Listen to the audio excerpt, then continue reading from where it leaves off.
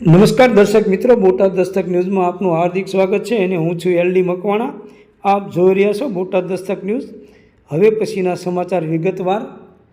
અસલી પીઆઈએ 63 લાખનો નકલી કેસ ઊભો કર્યો. 51 લાખનો તોડ કરનાર પીઆઈ હેડ કોન્સ્ટેબલ સામે ફરિયાદ. ટંકારાની હોટલ રેડમાં આરોપીનું નામ બદલી સેટિંગ કર્યું. વર્ષમાં 9 પીઆઈ સસ્પેન્ડ. રાજકોટના નામાંકિત ઝવેરી ભાસ્કર પારેખ સહિતના લોકોને 63 લાખના જુગારના નકલી કેસમાં ફસાવી 51 લાખનો તોડ કરવા બદલ ટંકારા પોલીસ મથકના તત્કાલીન પોલીસ ઇન્સ્પેક્ટર YK ગોહિલ અને હેડ કોન્સ્ટેબલ ભયપતસિંહ સોલંકી સામે મોરબી પોલીસમાં ગુનો દાખલ કરવામાં આવ્યો છે. રાજ્યના પોલીસ તંત્રના ઇતિહાસમાં આટલી મોટી રકમનો તોડ થવા મામલે તપાસ બાદ ફરિયાદ દાખલ થઈ હોવાનો આ પ્રથમ બનાવ છે. આ સમગ્ર તોડ કેવી રીતે સ્ટેટ મોનિટરિંગ સેલના વડા નિર્ણિપ્રાયને DYSP KT કામરિયા દ્વારા બહાર લાવવામાં આવ્યો તે આપને જણાવીએ.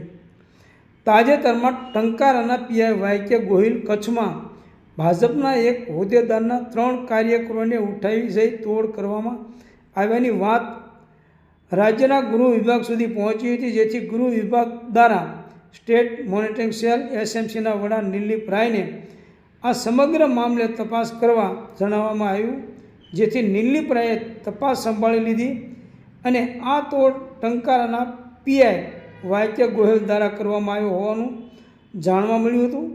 જેથી તેમણે આ અંગે વધુ તપાસ કરી તો જાણવા મળ્યું કે પીઆઈ ગોહિલ સામે તો મોરબી જિલ્લા પોલીસ વડા દ્વારા કમ્ફર્ટ રિસોર્ટમાં જુગારના એક કેસમાં તોડ કરીને અંગે ખાતાકીય તપાસ સોંપવામાં આવેલી છે.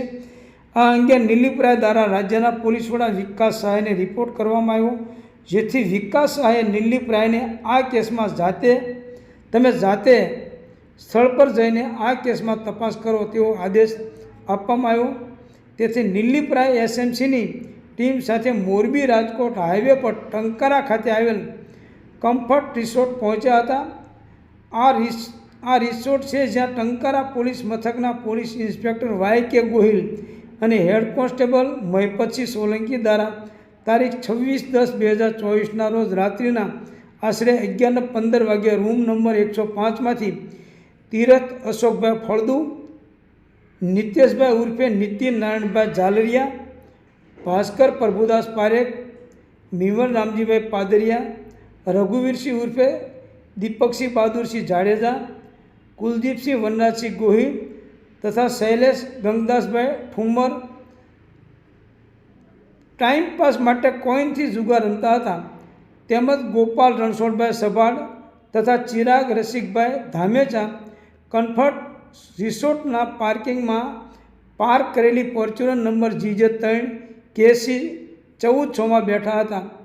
એ દરમિયાન પીઆઈ YK ગોહિલ તથા હેડ કોન્સ્ટેબલ ભયપતસિંહ સોલંકીએ પંચનામા ફરિયાદમાં ખોટી હકીકત દર્શાવી ખોટા દસ્તાવેજી પુરાવો બનાવી ઊભા કરી કાર સહિતનો 63 લાખનો મુદ્દામાલ જપ્ત કર્યો હોવાનો કેસ દાખલ કરી એને કોર્ટમાં મોકલી આપી એનો સાચો તરીકે ઉપયોગ કર્યો હતો.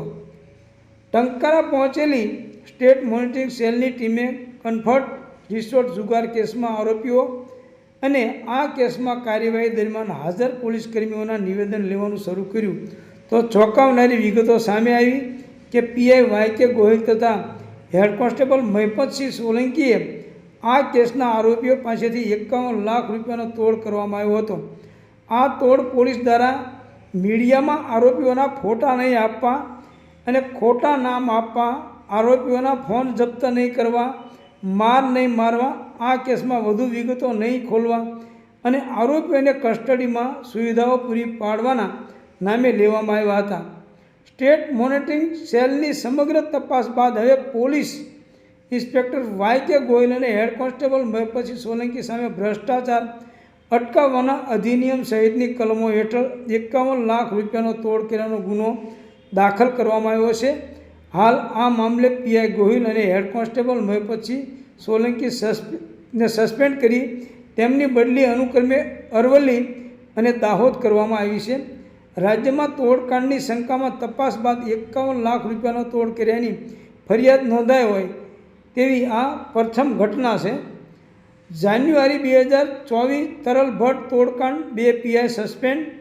જાન્યુઆરી 2024માં તરલ ભટ્ટ તોડકાંડ સામે આવ્યો હતો, જેમાં કેરળના વેપારી કાર્તિક ભંડારીનું બેંક એકાઉન્ટ જૂનાગઢ એસઓજી દ્વારા ફ્રીઝ કરવામાં આવ્યું હતું.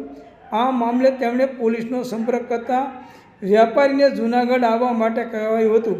અહીં આવવા પર વેપારીને ઈડીમાં રિપોર્ટ કરવાની ધમકી આપવામાં આવી હતી અને એકાઉન્ટ અનફ્રીઝ કરવા માટે ₹25 લાખની માગણી કરવામાં આવી હતી. જે બાદ વેપારીએ જૂનાગઢના રેન્જ આઈજીનો સંપર્ક કરીને સમગ્ર હકીકત જણાવી હતી. રેન્જ આઈજીએ તપાસ કરાવતા એસઓજી દ્વારા આવા 1, 2 નહીં પરંતુ 335 જેટલા એકાઉન્ટ ખોટી રીતે ફ્રીઝ કરવામાં આવ્યા હોવાનો ખુલાસો થયો હતો. જે બાદ માણાવદરના પીઆઈ તરલ ભટ્ટ, એસઓજીના પીઆઈ અરવિંદ ગોહિલ અને એએસઆઈ દીપક જાનીને સસ્પેન્ડ કરવામાં આવ્યા હતા. ફેબ્રુઆરી 2024માં ખેડા જિલ્લામાં નડિયાદ ટાઉન, નડિયાદ પશ્ચિમ અને વડતાલ પોલીસ સ્ટેશનના પીઆઈ સહિત કેટલાક લોકો વચ્ચે મારામારીનો વિડીયો સોશિયલ મીડિયામાં વાયરલ થતાં ચકચાર મચી હતી.